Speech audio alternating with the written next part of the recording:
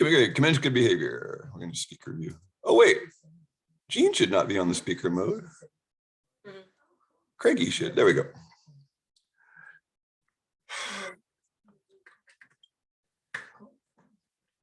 So this is a community dinner. The video's on February 18th, 17th? 18th. February 18th. Full moon was a few nights ago, I believe. It was a full moon a few nights ago. Very powerful full moon. God, still. We were up on the land. But the thing I wanted to throw in right away that wasn't in my notes that just came out when I was talking to Gene is there were all these videos years ago. I mean, I've been preparing for this for about 30 years because I kind of read about where the solar system was going to be in the galaxy. And Gene and I talk about it a lot. And so they had it nailed as 2012, but they overshot by probably 10 to 15 years because now we're in the 2012 phase, which is everything isn't as it seems. And Adyashanti has this metaphor of rose essential oil or perfume. You know, there seems to be roses in the room, but there are no roses. So at best, we can say in today's world, that things seem a certain way, right? Mm-hmm. And anything beyond that, in terms of, you know, there's not much else we can do beyond that, right? I mean, things seem a certain way, but I'm not even certain that what's coming out of my mouth anymore or my actions, you know, good and bad, they've ceased really to exist, except in the context of free will of others and whatnot, you know. So the things seem a certain way. So in today's world, all I'm being instructed to do, because again, I'm in the quiet time up on this land, there's no EMFs, there's no TV reception, cell reception, nothing. There's a smart meter on the house, which is so ironic. But nobody guarded it. You had to guard it. When I was there 6 years ago, there was no smart meter. You rest assured there wasn't, you know. So when I left, they put it on. But that, you know, Julian's into, you got all these benefits of the smart meter. You can monitor stuff like which appliance is doing what, and he's really into the data. So, you know, that's one thing I'm careful with right now is judgment. See, there's this judgment discernment thing. We're doing our Goda-Cola cocktail tonight. So in terms of seems is a little foggy. And then, you know, there's a level beyond seems where it's sort of closer to gnosis, G-N-O-S-I-S, right? Where gnosis is to know. And I know what I need to do in any given moment now because of this book I'm reading with the quiet time. That was the point of Up on the Land is, wow, I'm reading again. Wow. You know, because I have sort of a semi-nightly addiction of like NBA basketball highlights and YouTube videos of all kinds of funny stuff. By the way, if you're watching this video, John, I got to plug John Talks. He has some of the funniest 30 to 60 second of the idiocy going on out there. The different themes like it's time to leave Earth, boom, whoops, like a bunch of Biden and Trudeau gaffes. Like 2 years ago, Trudeau was, you know, talking all this stuff about freedom and we'll never, you know, lock down Canadians, and then he's doing the polar opposite now. And it's like, they're all being called out on their lies. And it's a glorious time in some ways because it's never been more dangerous, but it's also never been more, the veil's right there. I mean, that's what the apocalypse means. That's what enlightenment means. It's the light, you know. And so how we vision is important moving forward. But the seams thing is where we can turn seams into, I was telling Bernie, you know, into assets. And that's where the embodied men's work has really helped me. So one part of a SMART goal, everybody know the SMART goal acronym? Specific, measurable, attainable, realistic, Time bound. You could say simple and specific, because I've seen 5 different versions of it. Simple and specific, measurable, attainable, realistic, and time bound. So part of that is also not making someone else responsible for your goal. Like surfing's terrible for this because you've got tide, wind, and wave size, plus light. So there's like 4 or 5 factors with surfing. So surfing ends up a lot of the crowd. There's a lot of unhappiness that can happen with surfing if you're going with expectations, right? Which I do because I've been surfing for 40 years. And I remember surfing the hook with nobody out, cutting school in high school a few times. And like the end of 41st Avenue it's always been a zoo, but you used to be able to cut school back in the 70s, 80s, and you get some waves to yourself in town. So when you have expectations, though, what does expectations generate? Disappointment. Not smart. Yeah, they're not the smart goal. So when we make the government or the straw man or the fly-by-night outside the person plan for our responsible for our goal, and then that's not met, we suffer.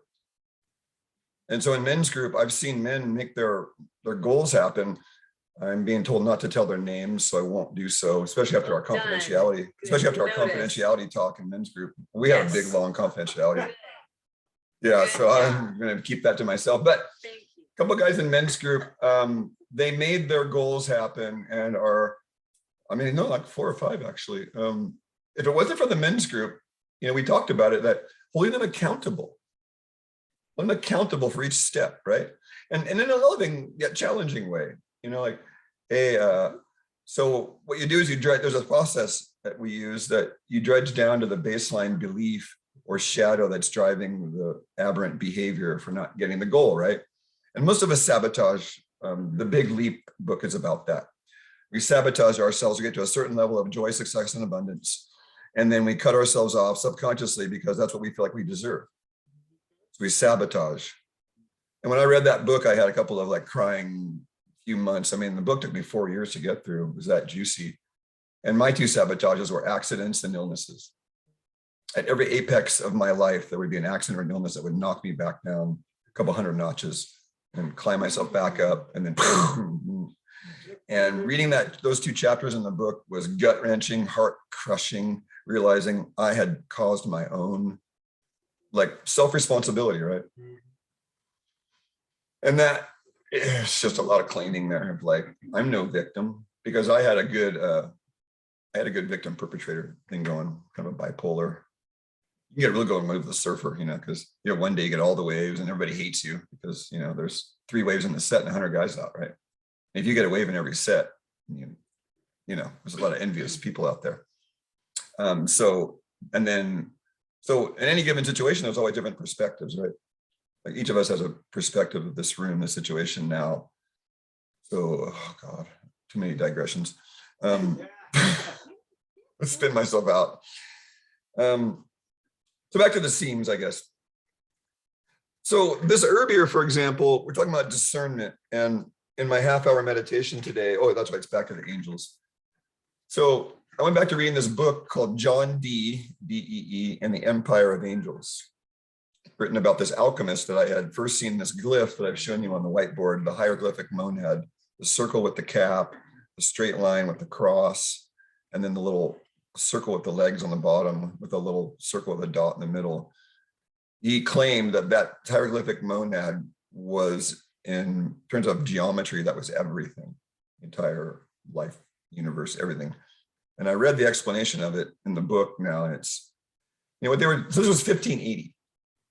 The setting of this man's life was Queen Elizabeth, who was an empath, and she was well hidden. She kept herself well hidden because the church, you know, she was under the table to some degree, paying John Dee. And I mean, alchemy and, you know, and the emerging sciences, hard sciences, they were really seeing things for the first time. So if you could get the upper hand in the new technology, right? So you had Spain and France and England. And so Dee was part of this, you know, British thing. But in 1580, they still weren't consolidated because the Scots were still bitter about, you know, their upcoming doom, you know, that they had sort of divided off, right? Because you had the old Romans who were in there, and the Nordics and the Scottish tribes and the English tribes and the Irish and Celtics, and there may have even been some influence from the Christians, you know, some of the tombs. And then there's the whole Arthur thing with Avalon. And anybody read the Mists of Avalon here? Marion Zimmer Bradley? 3 times. So there's Avalon, which is also the church at Glastonbury. They exist in a parallel universe. And so they would summon the mist and enter Avalon, or they would end up in the 3-dimensional world, which was Glastonbury. And I believe that exists. I believe it's not fiction. I believe that that world, Lee wrote about it when he died from his accident, channeled through his mother. I read you guys the poem Lee's Message. I think a few of you heard it. And he referred to this other world that him and Jill were building for the rest of us. And the mom just channeled it. It was unedited, it was perfect sonnet, 4 lines, perfect 4 lines, probably 36, 38, but yeah, what do you call those? Groupings, yeah. There's some word for it in poetry. I don't know what it is. So in this time in history, I saw something coming. Like I was told today, the grand finale is coming. That they prepared people, beings. We'll just say beings because we're really not people. We're beings, and we agree we're people, but that's debatable even. Carlos Castaneda says, his teachers say we're energetic eggs, and so I'm more in that frame of reference now than I'm an energetic egg that chooses to take this form sometimes, and sometimes it's Monica, and that's the thing about samadhi states is there are beings in India that Yogananda talks about it in his book Autobiography of a Yogi, that you can get to these intermediate states of samadhi where you don't really know you're you anymore, so they don't know which mouth to feed. Yeah, that's lovely. Wait, where is that over there? Yeah.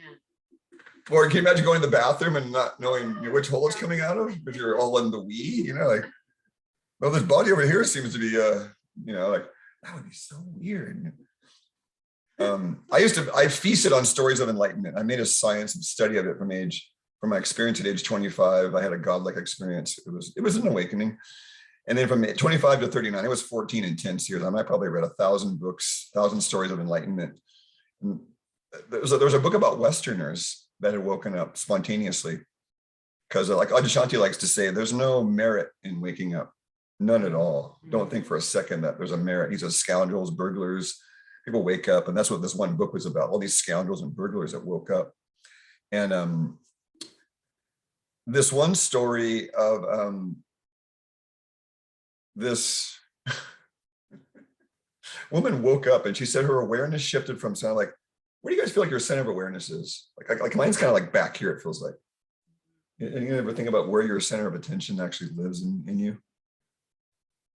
Feels like mine's more up here. Feels like yours is here. Yeah. You guys felt here? Yeah. It doesn't seem good. I want to hear. It feels to me like a switchboard opened up back here. And every now and then for the past 5 or 10 years, I'll be driving on the freeway or looking, just sitting at the computer in front of a, like a screen like this, and I'll feel like there's a light shining in from behind, and I'll turn around and go, what the fuck's that light? And it's coming in from what Yogananda calls the movie projector is here, and the screen is here. The medulla oblongata is the movie projector, and the third eye is the screen it shines upon. That's why it's coming in from behind, because it literally is coming in from the bottom of the brain and shining up into that sort of movie screen of consciousness, which I'm going to talk about in a minute because it relates to iridology. And I got a bunch of downloads today in this last half hour. It's like I got 30 insights. I couldn't even get them down on paper fast enough when I was done. So, okay. Discernment and seems. So in the world, it's really important to discern now. And what's the simple marker of discernment? Does anybody remember? Like there's a real simple marker. I learned it from Shakti Gawain's book when I was first book called Creative Visualization, Shakti Gawain. I was like 22. And I was into the word, so I read through the whole thing. But I had one takeaway, and that's this. What's the difference between a true premonition, a true discernment versus something that's distorted? What is the one thing internally that we know the difference? I don't put premonition and discernment together, so I'm lost at that. Because there's a similar feeling to each, is what I'm pointing toward. Don't get stuck in the words. It's a similar. Are they supposed to be the same? No, they're not the same thing, but they present the same way, like a flash of lightning. Oh, okay. They present like a flash of lightning. And so the flash of lightning or the insight comes. So what is the discerning response to that? Neutrality. Neutrality. There's no polarity or tension. Right. It's just seeing.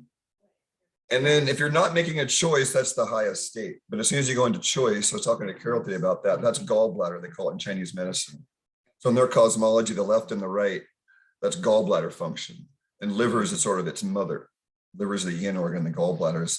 So in life, when we're forced to go this or that, we get overwhelmed, and it presents in women, especially in the right hip, right side of the body, shoulders and neck. And then in men, it presents a little differently. But those hip areas around the greater trochanter here, gallbladder point, gallbladder 31, 31, right there, 29, 30. Oh, well, right in there. And it's a juicy emotional, like, because when I'm doing body work on people, I've been doing it so long, my eyes are mostly closed. I'm just feeling energy. It's like, so people that have like, they're bricked up, I call it. I don't try and break apart the bricks anymore. It's more like soothe and harmonize the energy, especially in this upper body, angel wing area in the back, and then this vulnerable area here. These points here are called spirit gate points in acupuncture on the kidney meridian. The kidney meridian starts on the foot and ends right here on there's a master point right here on the collarbone. Right there in that collar, right in there. Kidney 26, 27, I think. The source point, right? The source point for the kidney meridian is down on the ankle. I meant sore, SORE. It could be sore, yeah, it could be sore. It's a good harmonizing point in general. I find myself rubbing it every now and then, but just below that are the spirit gate points, and yeah, bilaterals on both sides. And so, that tapping and whatnot, this is where the thymus, they say the thymus shrinks, and there's all that bullshit about this propaganda around how our thymus shrinks, and that's definitely not the case. If you believe it shrinks, then it's shrinking. Yeah, don't buy their baloney. Don't buy Rockefeller medicine, folks, because it's still around. Well, that's part of the spell, though. So, okay. So there's a couple of, there's things going on that, let's just open it up to, like, in health means the same thing as yoga. My friend Shahid over in the Gambia, we're talking about like this Islamic version and words for the same thing that I'm talking about in the West. And that's why this natural law thing is really exciting, because he's hearing me telling the same thing from my perspective, and then he'll feed me back from his Islamic perspective. Like, there's the words for it. And so we have these, 2 hours isn't enough. It's like 9 o'clock my time, which is 5 o'clock his time. So he talks from 5 to 7 his time and delays his dinner sometimes, and he'll have people waiting on him, and we just can't pull ourselves apart, because the sharing is that deep of, this is why the natural law is so important, because it's pointing at the same phenomena, and they're under British Commonwealth kind of law. So the common law stuff applies also. But he made it clear that, the African nations all formed basically because of local tribes. He said, don't kid yourself around the white man stuff, because the government's just bullshit. That what's really running the show are the local people. And then, if they get enough guns and white people in there with their guns and tanks, then of course they're going to bow down. But, they've got the diamond mines, and I guess lithium's the big thing now too. They're trying to mine lithium. And so Africa's got tons of resources, as we all know.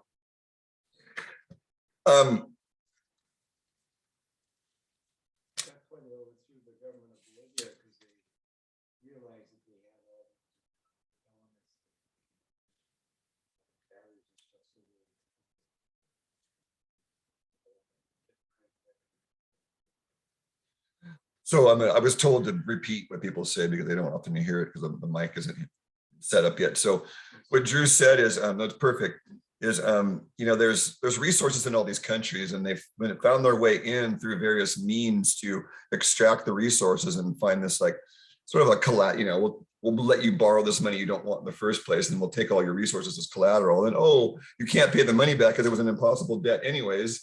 We knew that going in. It's whole trilateral commission stuff, right? And now we get to seize your resources.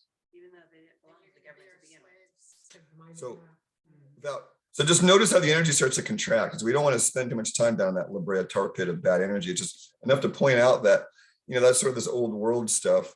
And to acknowledge that, like I said, this is part of the old beast, and it's sort of rotting away. And we want to direct ourselves away from that as much as possible, because we don't need to spend any time there just to navigate around it. And there's going to be landmines and stuff.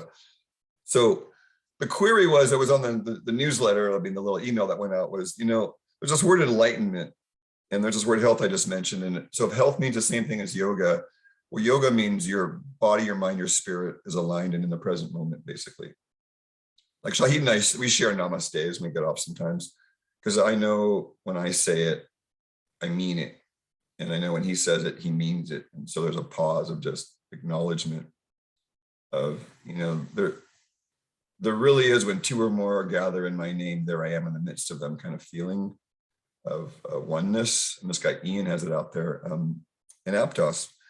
So health and enlightenment, the dark forces are sort of, they've had their Kali Yugas ending in their dark theater. If you just see it objectively, it's just a dark theater. It's like all these fear movies and the Hollywood, people don't realize how Hollywood pulled the fast one over, because the holly tree, is the tree of illusion in some of the magic traditions. And so what do? The town of illusion takes over the whole world, basically, right? And everything that came with that, but they weren't the central problem. They were just a satellite of the central problem, which was, I mean, the Bible study was really kind of, I never thought that the Satan worshiping or weirdos running the world was ever really an actuality until I started to see it for myself. And you could label it any way you want, but I've seen some of the videos, and whether it's CGI, I don't know, but I've seen some horrendous acts being committed on infants and children that I would never care to even share any specifics anymore, because it traumatizes people. And that's part of how I'm built, is to be able to process that and move through it, like the chemtrails and whatnot. That most of you, I don't think, have any idea how much that's internalized in me, because I am that. So I can never escape the sky. And so I end up talking about it just enough to get it out. But what I'm processing is 1,000 times more than what I'm speaking to, because it's that bad, what's going on, because Gaia is being poisoned. And I'm one of the few space holders for that that's able to stomach, because there's no one to stomach it at some point, and that's the goal. If I had to stomach all that, I'd be in prison or killed somebody by now, or killed myself. So my teacher Adyashanti, that's why it's necessary to have a guide on the path, because I had his guidance of, don't try and be the one to embrace it, be the one to see through yourself enough so you're transparent to let it move through you. Don't polish the ego too much. And that's part of what these traps is. We're all trying to, the visualizers have the worst, even the Hopian people have the worst time with this, I'm sorry to say, because until we're willing to let go of our view of how things should be, we will never get our freedom or salvation. Until we can fully let go of our position of how things should be, we're not free. We want our freedom, so we got to give the give back to the universe from our view of how it should be. That's the give back. Until we get that, and that means sometimes, worst case scenario, having to process, because part of the extreme Hopian people is unable to process an actuality and still move forward with love. See, that's the difference, is push it away. I don't want to feel that. Well, what happens when you numb one emotion? You end up partially numb. And the state of the world is demanding that. That's why people are dying, like the people that are isolated through COVID. Isolation is torture. And you're sick. No wonder you die. You can't breathe. There's no one around. It's a struggle. Imagine every breath is a struggle. How long are most people going to last? Not very long. Right. Again, notice how you feel, because it's like, it's contract and not good, but necessary to move to the, that's what life is. And so the voluntary suffering brings less involuntary suffering. So to say, I'm willing to feel that means it's not going to come in unconsciously, most likely. One of the great subtle teachings is just let it, don't exaggerate it. Like, I wouldn't go down to the Pacific Garden Mall and interact with every single being down there in an hour, right? We'd be a psychic wreck. Or San Francisco on a, one of those streets, so holy mackerel. So this seems, and this enlightenment, darkness can't survive on the light. And So I'm getting some strange visions from my past, like my buddy that I'm keeping my office there in his backyard in herbs and some storage plants in my nursery.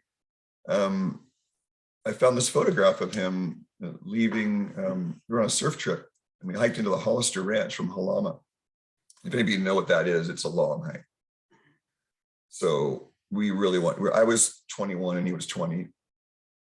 And I had finished my broken neck phase enough to need to get out. And so I showed him the picture of when we had arrived at the ocean. And he said, Craig, that shirt I'm wearing is the shirt I left home in. And, you know, I've had my heart just break open a few times, just knowing like, this man has known me this long, you know, like, wow. And it's all full circle now of, this is what I call redemption, because the redeeming of all my hard work in my life, some of these people have seen it in this area. I've seen your work, your body of work, and you're a saint, Craig. So I'm giving back. And it's just like, oh, wow. And there's a few others that have come around, like my old friend Amy, longtime Jehovah's Witness, who chose to be a witness as a teenager after studying all the world religions. Very bright lady, and you know, it still baffles me why, but what an ownage, you know, like this is my thing, and she's still kicking butt. So we're going to be together tomorrow, and I'm going to find out some things about, you know, the current state of affairs where the witnesses see it, and we always have a great discussion because I'm just open-minded, and any Bible study, right? So let's study the process. It'll be very enlightening. I'll bring back next week some of her insights, I'm sure. But she probably has some I told you so moments too, because she was right all along about our current state of affairs. Okay, pause moment. Oh yeah, back to that. So I have these moments where there's entities that sort of pull at me, and it's just unavoidable. Like the more we open and see more things in the universe, the more other things in the universe see us. It goes both ways. And there's some, you know, if you're still in duality on some level, then there's not so beneficent beings on this next layer out. I got other stories about that from other people, but to give it more down to earth locally, is I've been asked to clear spirits from houses. My career has been very varied, and a local sort of poltergeist ghost clearer is one of them. And then what's been the default, always what comes in, yeah, is step into the light. And I had this little battle today between myself and something in the morning, in my morning meditation, and I had to keep telling whatever it was.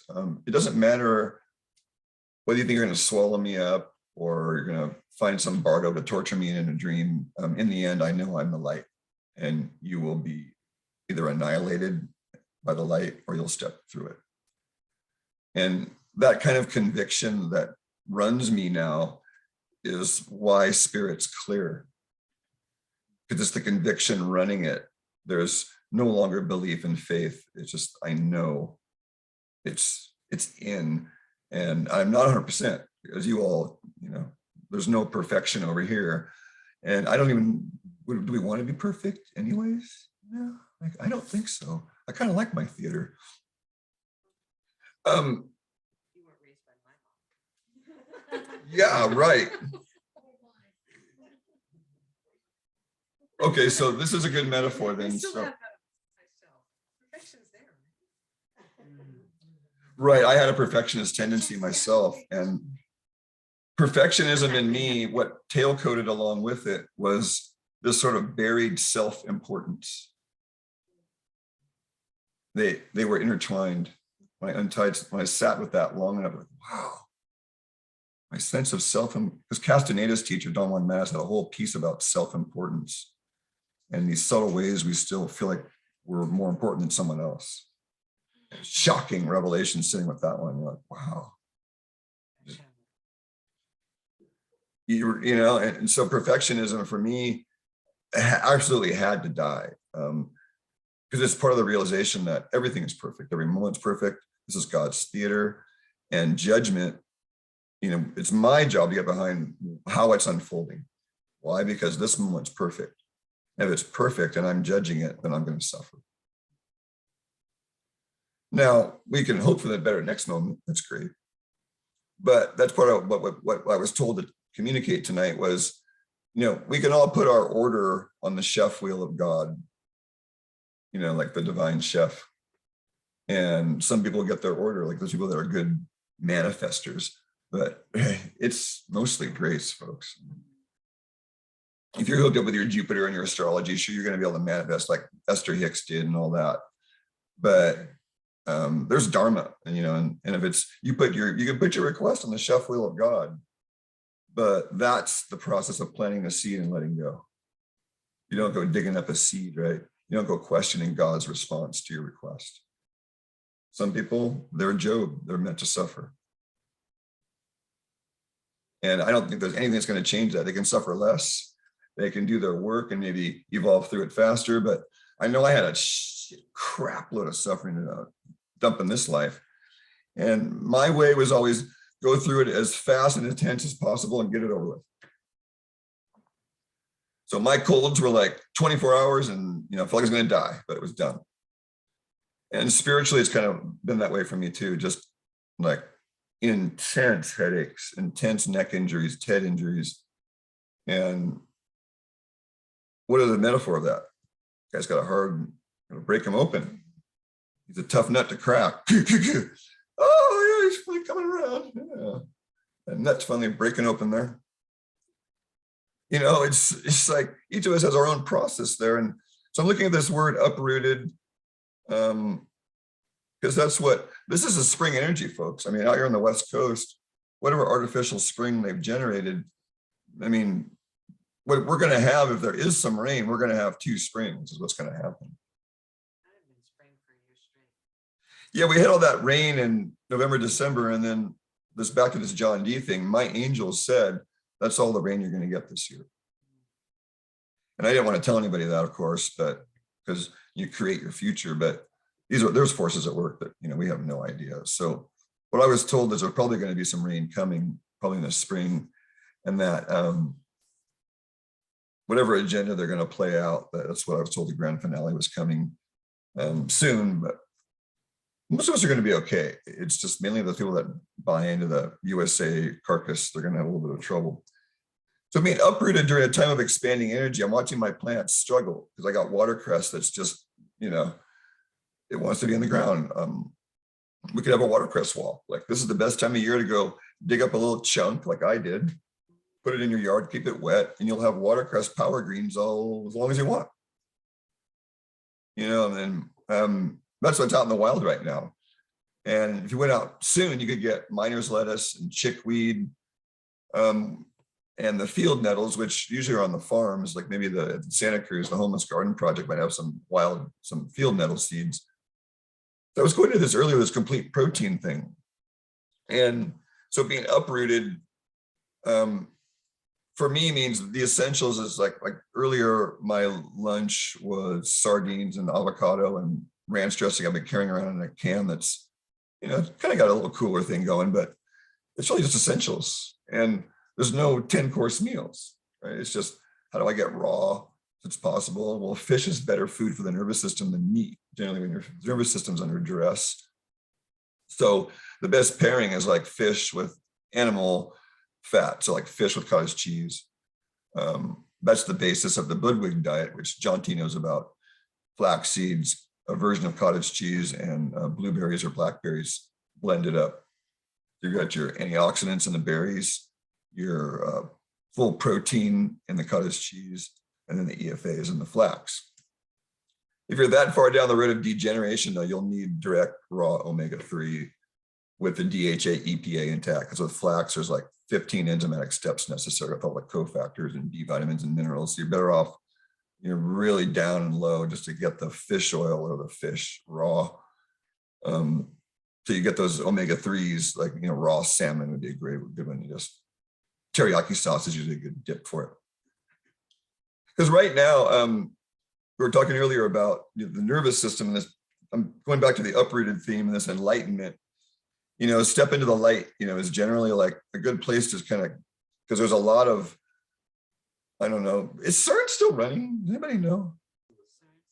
Yeah, is that still running? Or there was rumors that it stopped, or you have CERN still running, Drew, under, right? So they got stuff under the earth, they got stuff in the skies, they got stuff up in space, they got stuff on the earth, on the oceans, and you don't think they don't have complete control of the weather? Get over it, man. They can make anything they want at this point. Watching the sky lately, it's like, whoo. So who's the they? It comes back to whatever battles are going on some level, the weather is still, if the level of interference is so high, it's like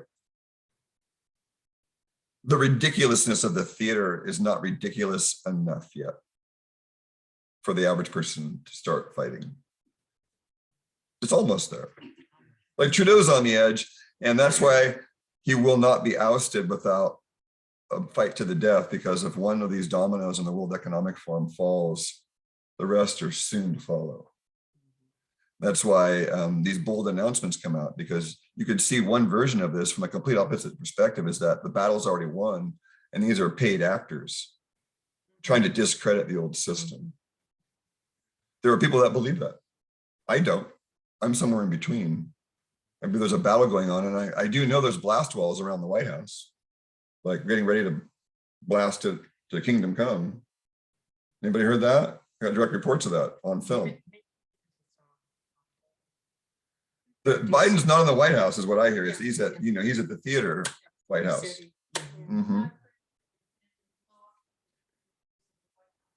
Underground, certainly. I've seen live footage and tape footage from different people scouting during Biden's administration of buses going in and leaving with strange people, and all kinds of strange phenomena going on about White House.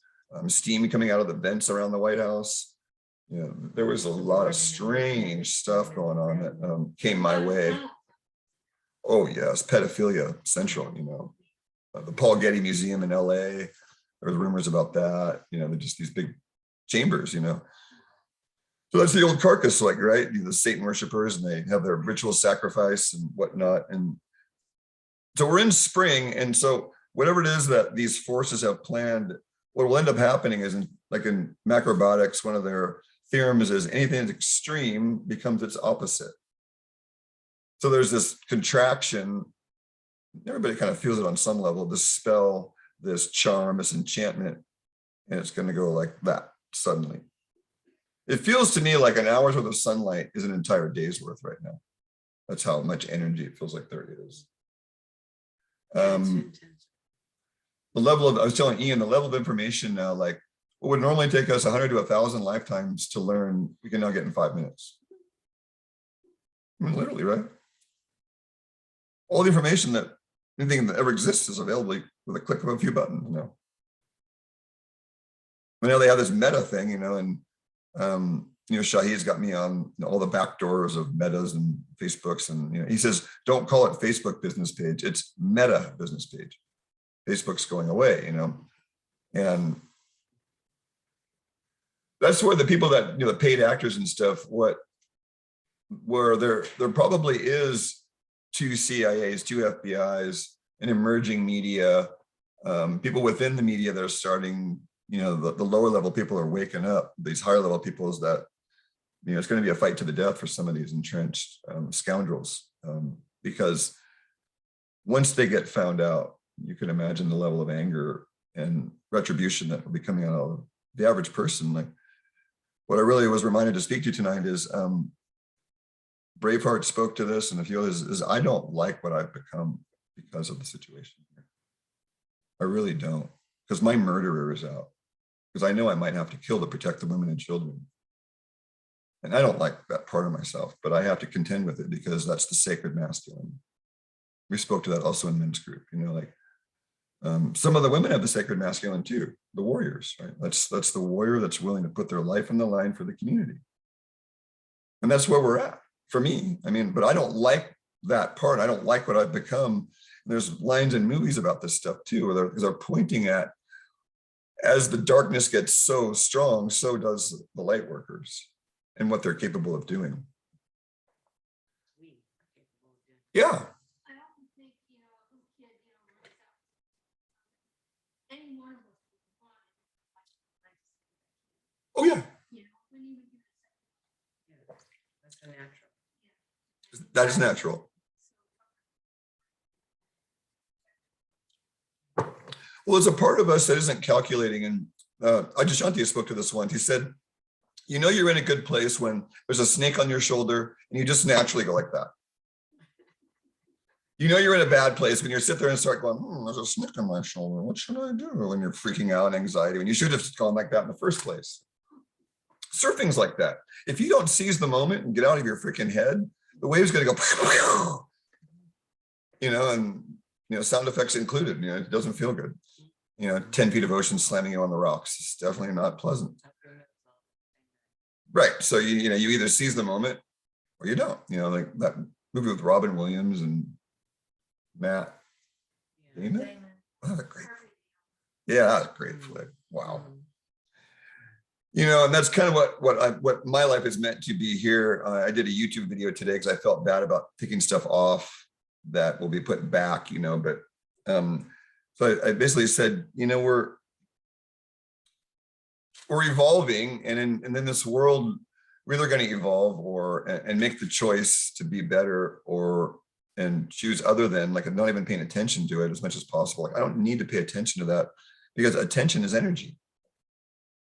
And why give it any energy, you know, unless you have to. And so I do my sociology work. I mean, I watch taped basketball games and sometimes watch the commercials and see what their messages they're sending. And you know, still military, beer, alcohol, sexism.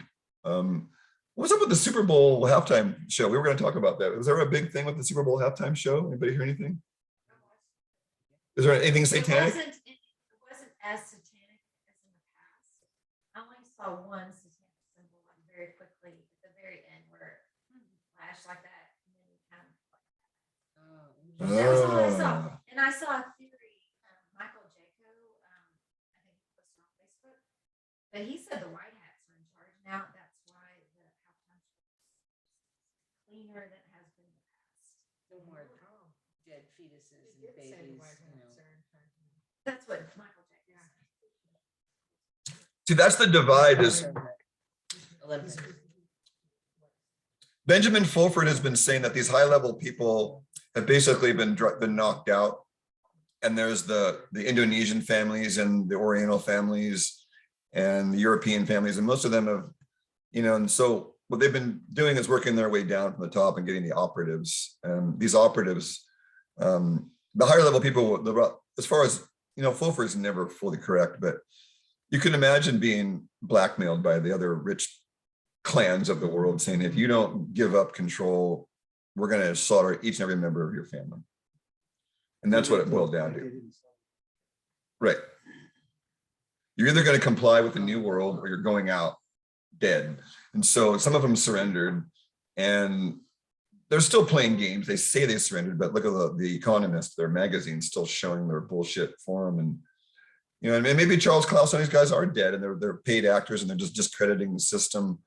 And enough people have to wake up, though, to want the new system, right? Because there's the Aristotle old allegory of the cave. You guys know that allegory of the cave? People get used to being in darkness. And then somebody escapes, goes up into the light for the first time after being chained by the fire their whole existence. And they tell everybody, they come back, there's a whole world out there of light and wonder. And they don't believe it because they're used to being chained in the darkness. It's there was a Shakespeare piece about it too. I had an English minor for my first bachelor's degree. That was one project, was I got to make up a scene in that movie. I really stewed with, like, wow, that idea. Wow.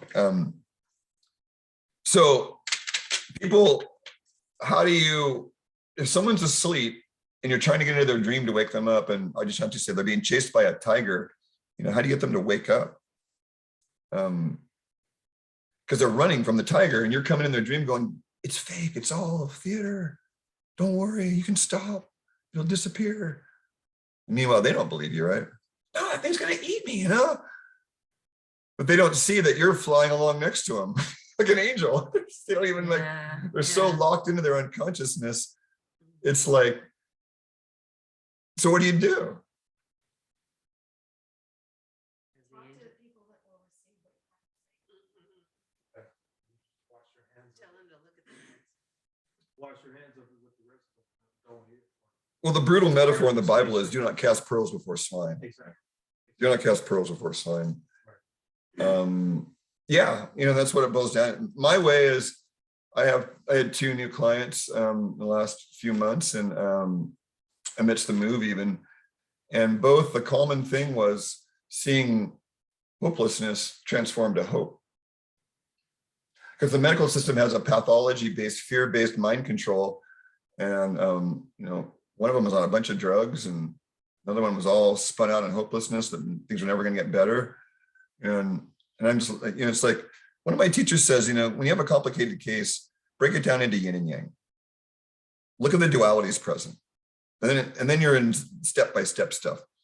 So the first thing I realized I needed to do with this guy is he paid for an hour ahead of time. That's the way it's on the website. And I think you can't book an appointment without paying, which I love. And so he came in, that's right, he paid cash right when he got there. And then I said, we're not leaving today until we're done. So I didn't have anybody after him. It was an afternoon appointment. So you got 2 hours for the price of an hour. And what that does is, I wasn't planning it that way, but I was demonstrating to him, you know, you establish credibility like a lawyer. I have to establish credibility. So look at the drug database. And if we did all the things I need to do in an initial appointment, it would have gone on for 3 or 4 hours. But kindness, asleep in the dream, how do you get through? Kindness. So I lowered my wage from 100 an hour to 50 an hour. Did it really bother me that much? No. Because my free time is my own and I can spend it any way I want. It was like you, Dean, you know, like you were a priceless investment.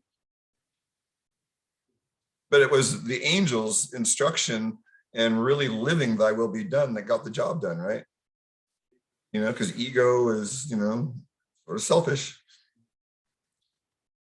I'm going to move on to the final round of the talk. Yeah, 9:15, we're doing pretty good.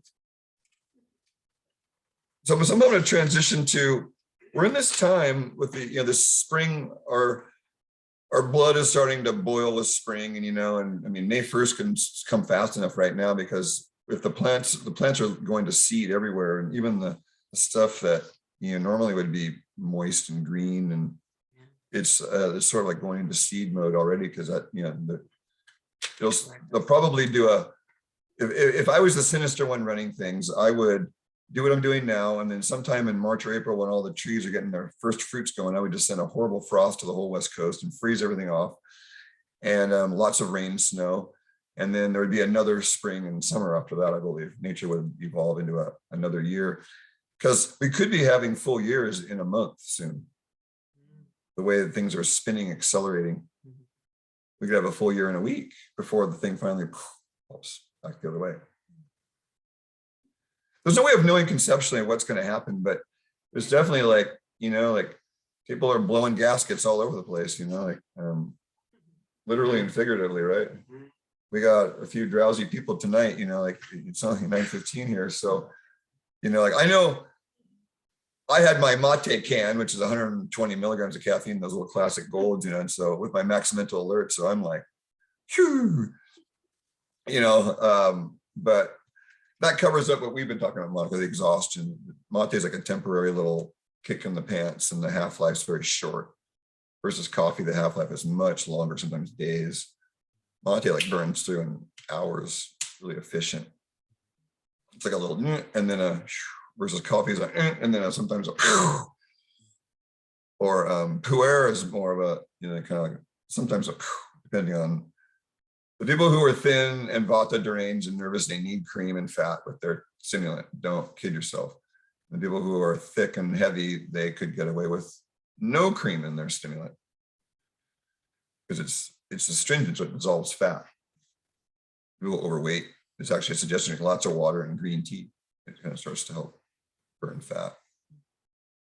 So we have this mediating element, and they're plugging this virus thing, but they're putting attention on this immune system, which is part of this the mediating element of consciousness to matter, which is the blood, the lymph, the immune system, right? White blood cells, red blood cells.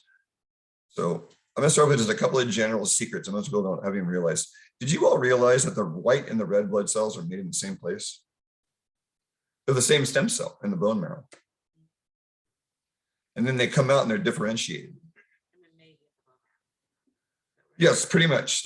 Carl can speak to more about that, the deeper parts of it. But so when you look at a white and red blood cell count, then on the lab work, I'm looking at literally as the white blood cell count goes up, the red blood cell count usually goes down, right? There's a certain amount of resources. And like the people with that leukemia thing that we've been talking about with one of our members is white blood cell count goes way, way up. So that means, anemia is something that, red blood cell count. But this one client was put on iron. And it's back to this old story. You're not going to make new red blood cells with iron. What are red blood cells made out of? Protein. Duh. It's globulin, immunoglobulins, like, yeah. So they don't even do it right, like iron. I'm in a lot of internal debate about iron and the forms we take it in, so I'll be working that out. Even just kind of clearing out the products I'm using and going back to more of a virtual order products online format. And then my members would get an extreme discount. There's a way to order it, this company called FullScript, where I could have all my systemic formulas and my standard processes and my Premier Research Labs all available on the website. There's usually a 10% surcharge. So they give you discount ability. So with the membership association, the members would get like, 30% off or something like that. And the non-members would pay full price. Robin Hood. So this mediating element, I asked earlier, so what's the difference between the blood and the lymph? We'll just start there.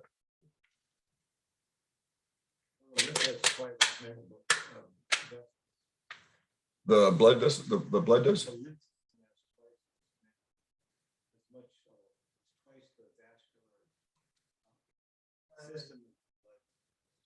What do you think that is? So Drew said the lymphatic system has, in terms of like square footage, is twice as much as the lymphatic system versus the vascular system. Although you could put the lymphatic system in the larger umbrella of the vascular system too. Because Tom Cowan says the heart isn't pumping blood. It's slowing down the blood. And like a regulator. And this is part of the secret of what I'm talking about here. So cells are like bathed in this fluid, right? That's the lymph, basically, the plasma / lymph. I believe plasma and lymph, I believe they're analogous, but I have to look that one up again. I think plasma is when you spin blood in a centrifuge, it separates into plasma and. Yeah, the redder part at the bottom is the plasma. Right, so that's that would be the lymph, I believe. I thought lymph was clear. It is. So we have to look this one up. So Lymph is like a clear river running. I want to keep this simple, Monica. So what I'm trying to say is your cells poop into something. And so for people to visualize this, your cells have to poop somewhere. And then that poop becomes the waste stream, which I'll just call it the lymph system. And the lymph system is also where fat particles are digested in the digestive system. And so fat digestion is tied in with our cellular poop somehow in this plasma blood lymph gradient. And so I'm trying to help people just feel this a little bit, because if we get lost in our head, it's a concept. That's why I avoided cardiovascular study until about 10 years ago, because it's just so hard to get a grasp on this. You think our cells have to take in and let go, and these membranes open and close.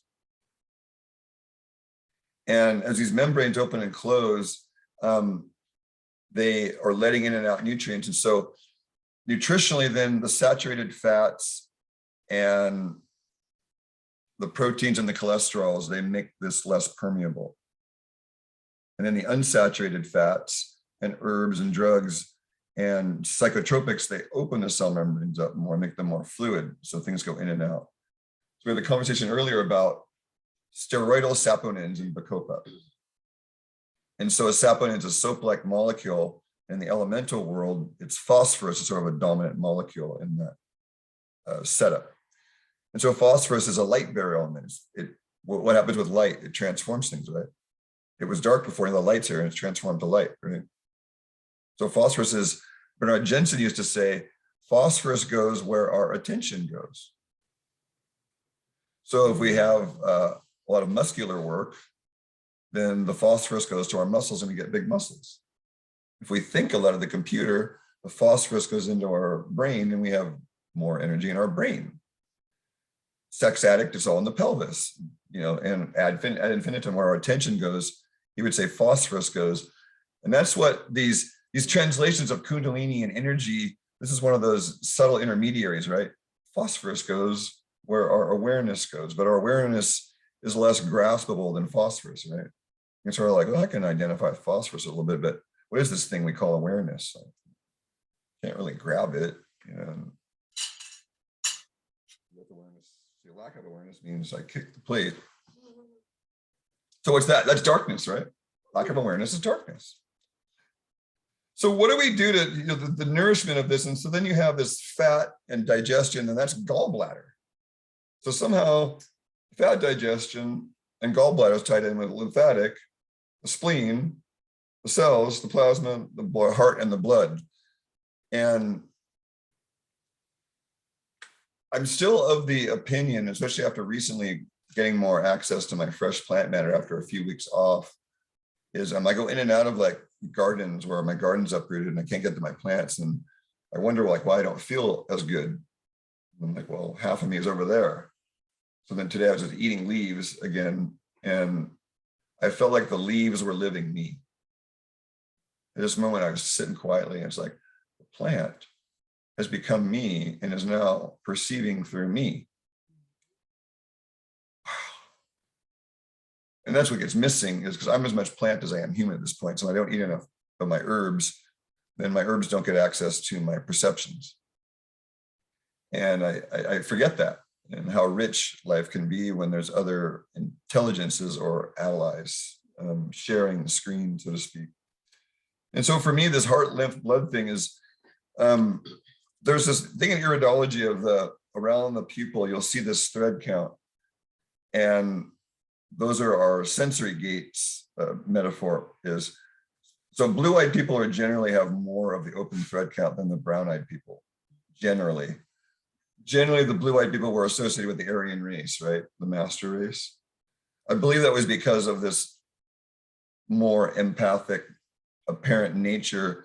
And having studied iridology long enough, I was reviewing today of, there's not as many open thread count brown-eyed people as there are blue-eyed people. There's certainly that's true, but I wouldn't say there's none, and I wouldn't say it's just even a tiny, tiny amount either.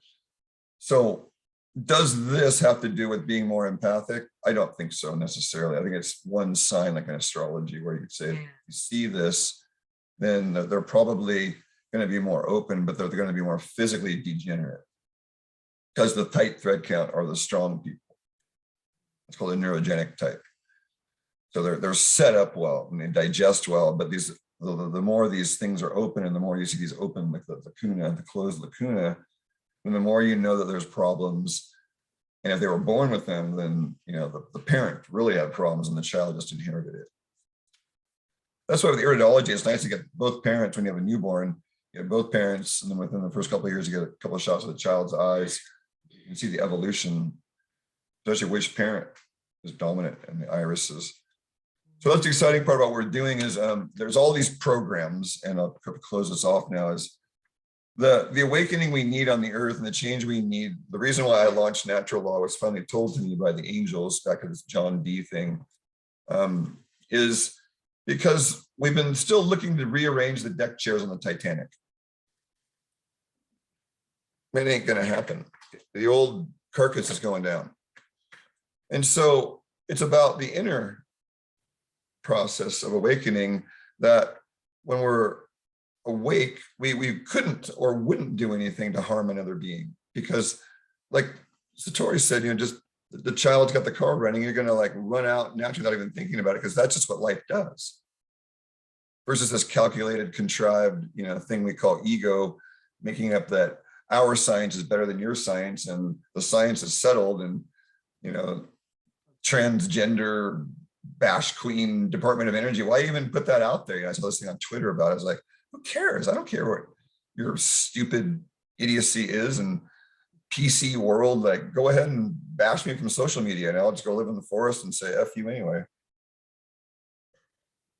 And people like me are around, and like us are around, because it's the divine way. When there's darkness, that there's light. And so natural law to me is the introduction to anybody out there in the public to, and many of you have been through it. It's like, just get a little bit of wake up by, what am I? Just even one little exploration into, what am I really? Sincerely, and how do I relate with all this around me? Then how do I stay healthy in this thing?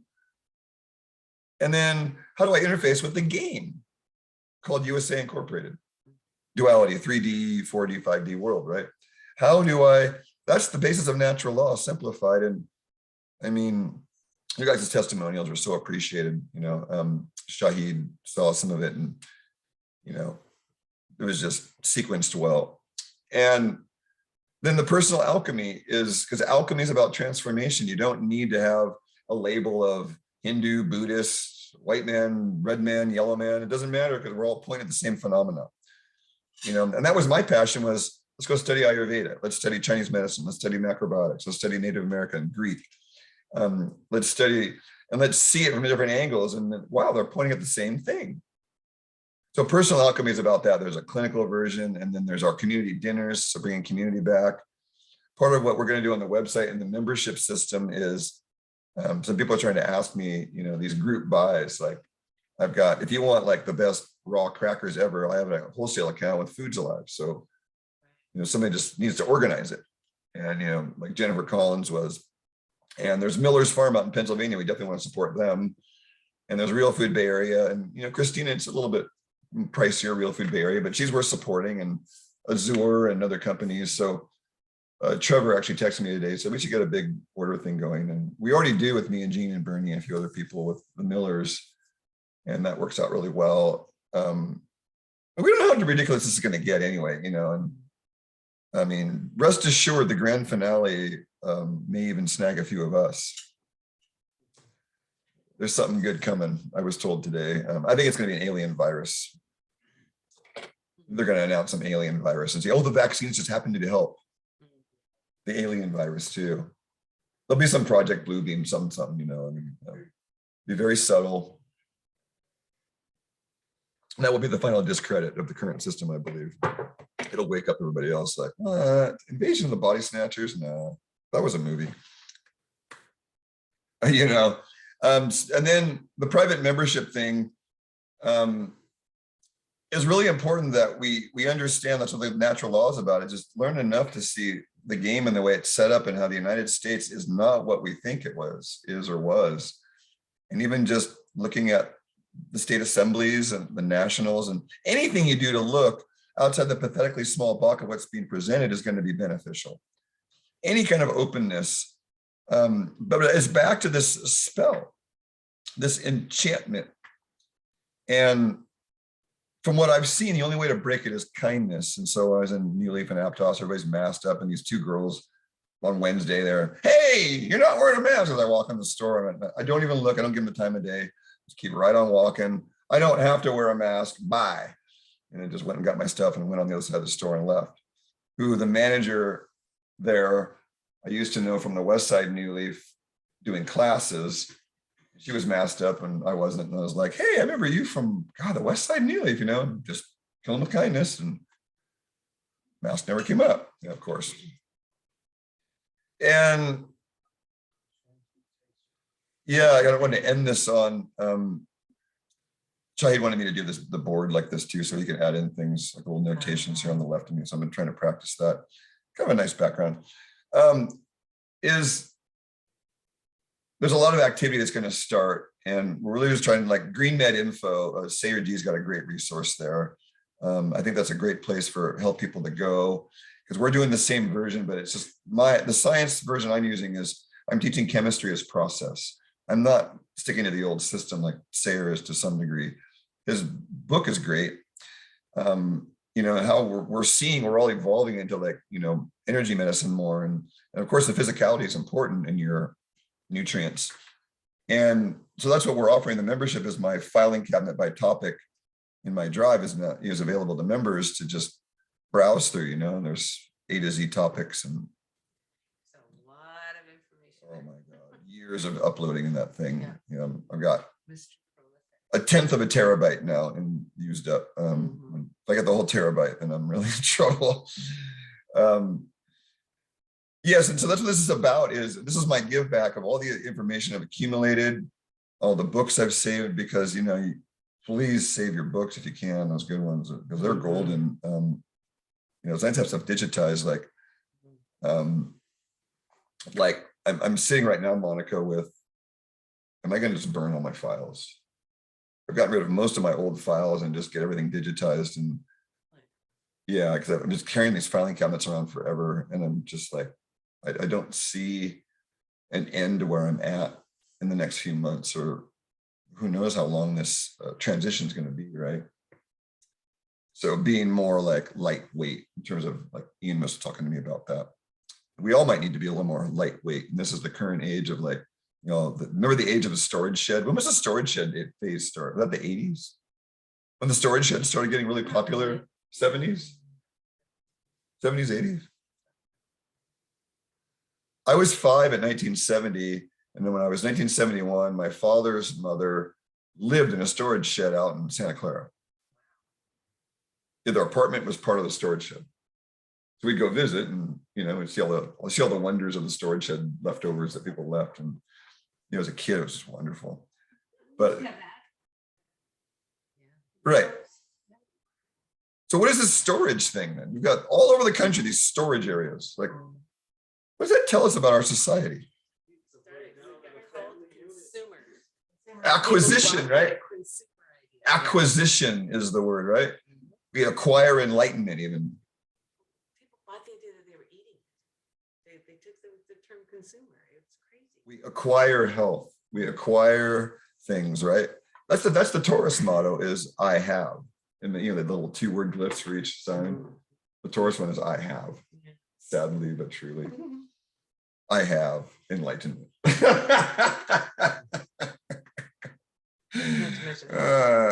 Well, it's good to be doing these videos again, folks. I think that we're going to continue with this heart, blood, lymph thing, but if you think of just the cell itself is a microcosm of us. There's people that study live blood cell analysis that speak to that individual cells have individual personalities, and that the brain of the cell is in the membrane, and the nucleus is sort of the hard drive memory of the cell's activities.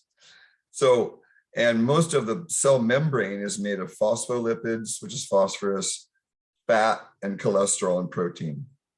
Ain't no carbs in that cell membrane. What carbs do in excess is muck up the cell membrane's process of being able to open and close and let molecules in and out. And that's where disease starts, is the clogging up of this cellular machinery. And so that's where iron and oxygen need copper and magnesium, most importantly, to control them. We have all this baloney that's blocking copper and magnesium. You get magnesium quite easily from greens. You just think greens, lots of green juices. And if you think copper, you think, unfortunately, for the vegans, it's shellfish, livers. Nuts and seeds are pretty decent. But yeah, mainly it's animal protein, you know, and I'm not going to dumb it down. Like having that raw liver, I got a surge of energy from that. Remember the raw livers with dinner? Like, yeah, I'm feeling like on fire right now. Because that's the copper regulating that iron oxygen metabolism and cooling it down so the energy can be regulated more. I mean, I see grown men where their forehead looks like it's had acid poured on it. And that's that oxidative metabolism gone crazy. Where the iron and the oxygen is, their furnace is stoked too hot and heat rises in the body up into the head. And I've seen these guys that just, it looks like it's pink and blistered, you know, up here. Yeah, it's because all the heat from that metabolic activity isn't being regulated well with copper and magnesium. Water controls fire. But that's why some people never drink water, they don't get hydrated. Because they're not getting the right mineral count in with the water to actually get into the cells. And it's 9:35 and we have half the audience drowsy, so I've done my job. Good night, folks. We'll see you next week, hopefully.